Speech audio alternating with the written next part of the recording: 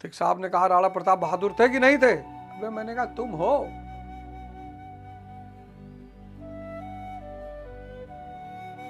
तुम हो कि नहीं? तुम्हारा भाला कितने वेट का है? उनका भाला 80 किलो का था। तुम 800 ग्राम के भाला में बेहोश हो जाओगे, आईसीयू में पहुंच जाओगे। 80 किलो के भाला को मानने वाला कम से कम 40 किलो का भाला तो उठा ले।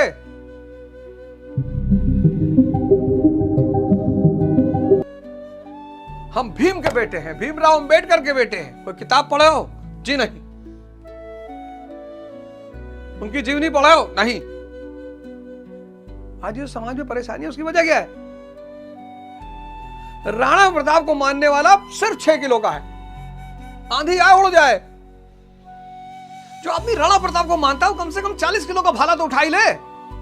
जो आदमी भीमराव अंबेडकर को मानता है वो कम से कम भीमराव अंबेडकर की जीवनी तो पढ़ ले।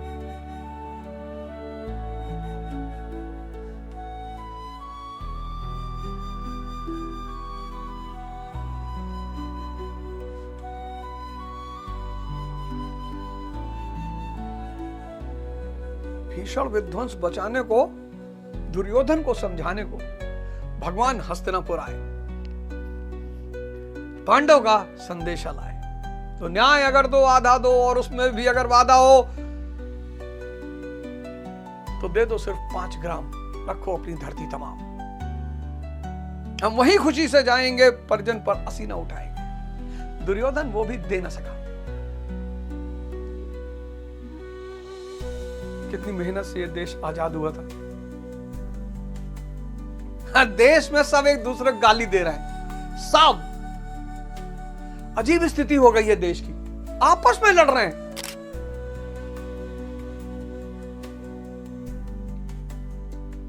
दिखाई पड़ रहा है कि यार ऐसा ही रहा होगा 18वीं शताब्दी में, जब अंग्रेजों ने इस देश पे कब्जा किया होगा। आपस में हमें, पाकिस्तान कितना खुश हो रहा होगा, चीन कितना खुश हो रहा होगा।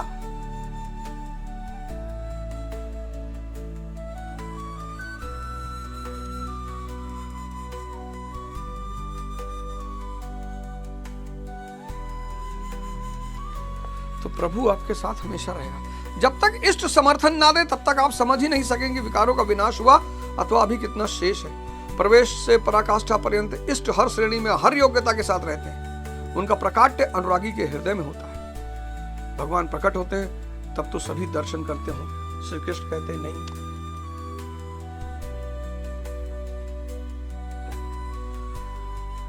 तो मेरी एक छोटी सी पहल, एक छोटी सी कोशिश है। मैं जानता हूं, मैं जैसे भटका हुआ था, परेशान था,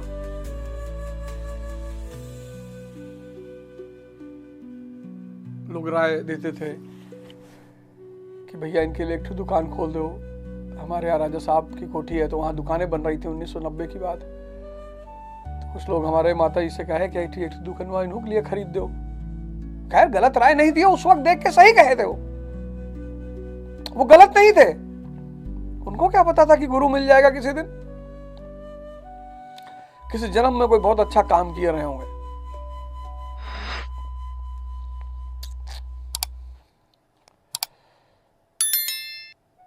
अब हमसे अगर भगवान मिल जाए और कहें कि तुमको क्या चाहिए, प्रधानमंत्री बना दें, नहीं, बनना ही नहीं।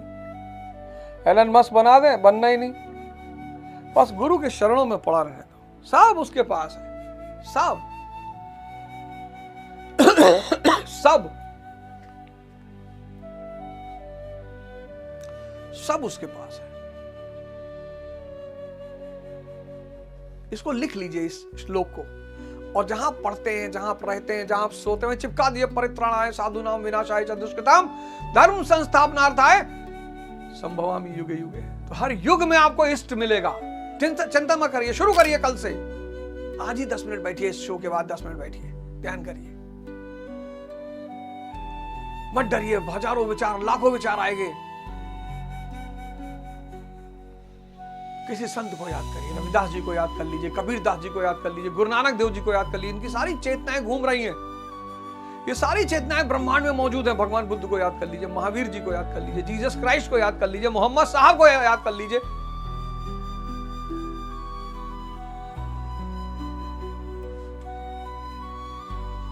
आपको एहसास होगा कि कोई शक्ति तो आपको संभाल रही है।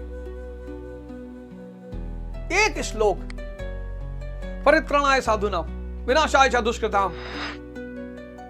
विवेक से काम लीजिए, रुकिए, थमिए।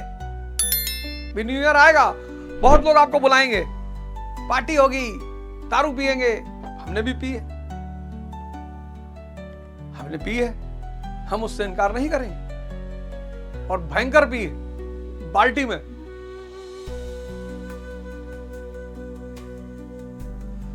हमने छोटे मोटे काम तो किए ही नहीं। आप मत करिए। आपके पास एक बहुत श्रेष्ठ रास्ता है। हमें नहीं पता था, हमें उस वक्त नहीं पता था। मैं तो आपको बता रहा हूं ना, इस नए साल को एक जीवन का एक नया जन्म द्विज।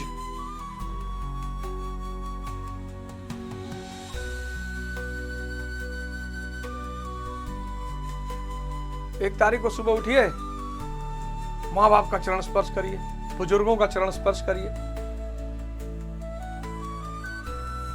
दल चटाई मत करिएगा, मां बाप जो आपके बुजुर्ग हैं, 200-400 रुपया अपनी क्षमता अनुसार दान कर दीजिए।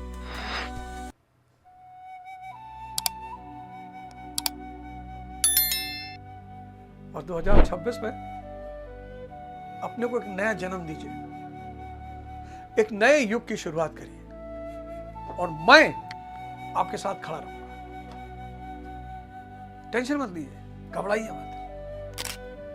महाभारत तो होके रहेगी, कोई माई का लाला उस महाभारत को रोक नहीं सकता। महाभारत की तैयारी चल रही है।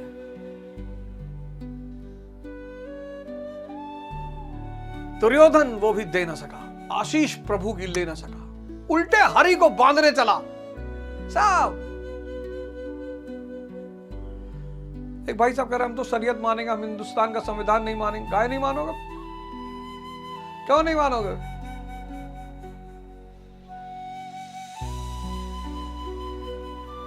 ये सब जितने ही लोग बातें कह रहे हैं, ये आप ये मत समझिएगा बीजेपी के दुश्मन है। ये सब बीजेपी के लोग हैं। क्यों नहीं मानोगे? क्या नहीं मानोगे?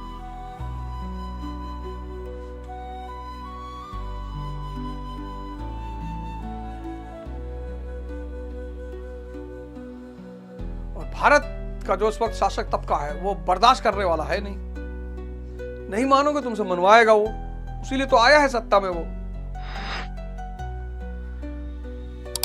भाई कोई मुसलमान कह दे हम कुरान को मानेंगे, बिल्कुल। एक बहुत मुस्लिम स्कॉलर है, जमई,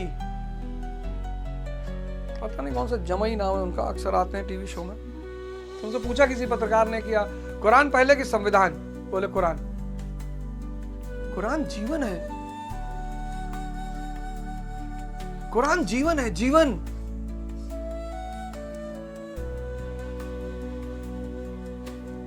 बस राष्ट्र है भारतीय के रूप में संविधान माना, वो नियम कानून की बात है, कैसे रहना है, फंडामेंटल राइट मेरा क्या है, डायरेक्टिव प्रिंसिपल मेरा क्या है।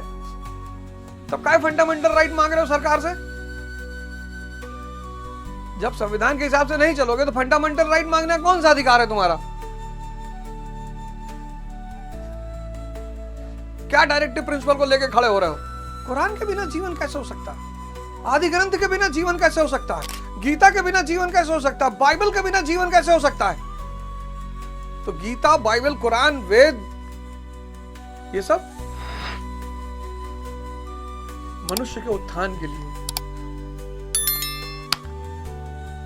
और संविधान देश को चलाने के लिए। अर्जुन ने कहा कि प्रभु क्या सबको दर्शन होते हैं? दर्शन किसको होते हैं, इस बात पे अगले एपिसोड में चर्चा करेंगे। आप सभी लोगों को नए वर्ष की हार्दिक शुभकामनाएं। कुछ करिए, कसम मत खाइए, कोई बात नहीं, पर कुछ करिए, बदलिए अपने आप को। अगर अंगुलीमाल बदल सकता है तो आप भी बदल सकते हैं। अगर वाल्मीकि जी बदल सकते हैं तो आप भी बदल सकते हैं। अगर राजकुमार श्रोण बदल सकता है, बुद्ध का शिष्य था, राजकुमार था। अगर खलीफा इब्राहिम बदल सकता है तो आप भी बदल सकते हैं। 26 का जो साल है उसको परिवर्तन का साल घोषित कर दीजिए। 2026 मेरे नए जन्म की शुरुआत। इष्ट की कमी नहीं है, किसी एक को चुन लीजिए। अगर जीवित मिल जाए तो बहुत अच्छा है, उससे अच्छा कोई श्रेष्ठ ही नहीं है। लेकिन अगर नहीं मिल पा रहा है तो गुरु नानक देव जी हैं, कबीरदास जी हैं, रविदास जी हैं, मोहम्मद साहब हैं, जीसस क्राइस्ट हैं। किसी को चुन लीजिए, सारी शक्तियां विद्यमान है ब्रह्मांड में, कहीं नहीं कहीं।